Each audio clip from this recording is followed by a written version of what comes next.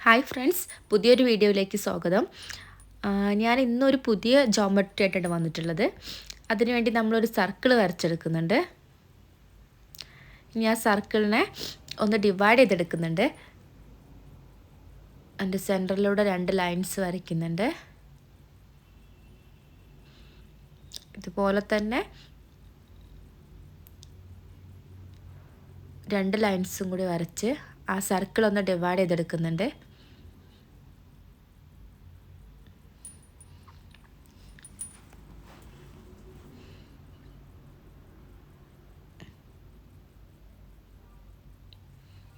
ഇതാ ഇങ്ങനെയാണ് കിട്ടുന്നത്.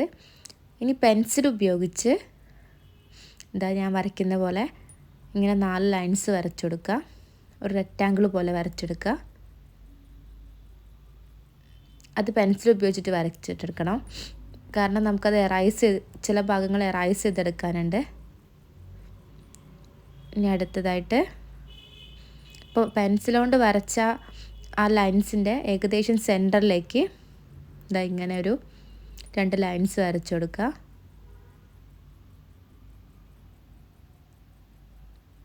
നാല് ഭാഗത്തും അതുപോലെ തന്നെ ചെയ്യുക.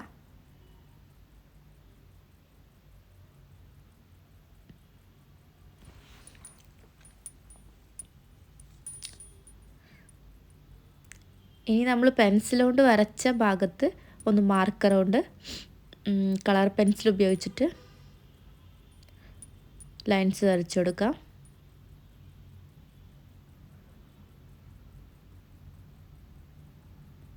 ഇങ്ങനെയാണ് ലൈൻസ് വരയ്ക്കേണ്ടത്. Complete line വരയ്ക്കുന്നില്ല.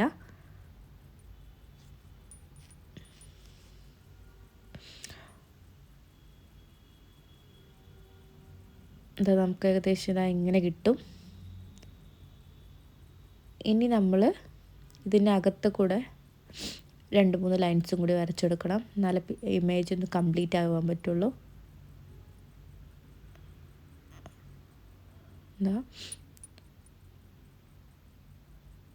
ഇങ്ങനൊരു 4 ലൈൻസ് വരച്ചെടുക്കുന്നുണ്ട്. നിങ്ങൾക്ക് കണ്ടാൽ തന്നെ മനസ്സിലാവും. ആ ലൈൻസും കൂടി വരുമ്പോഴേ പിക്ചർ കംപ്ലീറ്റ് ആവുള്ളൂ. ഇതാണ് നമ്മുടെ പിക്ചർ. ഇനി ആ പെൻസിൽ കൊണ്ട് വരച്ച ഭാഗം നമ്മൾ എറൈസ് ചെയ്തെടുക്കുന്നുണ്ട്.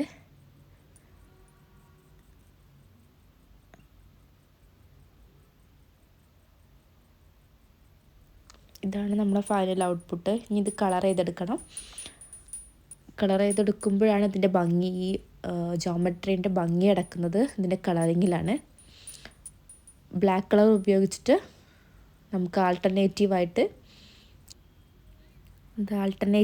കളർ ചെയ്തെടുക്കുന്നുണ്ട്.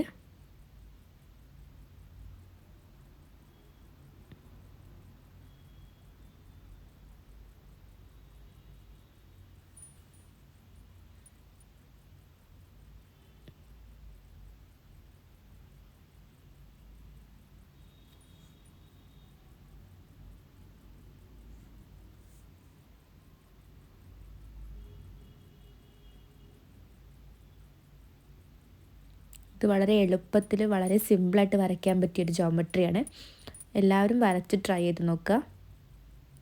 നമ്മൾ കളറിങ് നടന്നുകൊണ്ടിരിക്കുകയാണ്.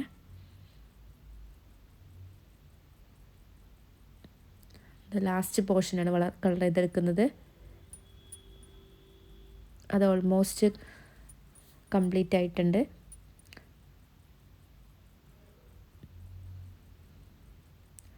ഇതാണ് നമ്മുടെ ഫൈനൽ ഔട്ട്പുട്ട്. എല്ലാവരും വരച്ച് നോക്കുക. വളരെ ഈസി ആയിട്ട് വരയ്ക്കാൻ പറ്റിയൊരു ജോമെട്രിയാണ്. ഇഷ്ടമായെങ്കിൽ എല്ലാവരും ഒന്ന് ലൈക്ക് ചെയ്യുക, സബ്സ്ക്രൈബ് ചെയ്യുക.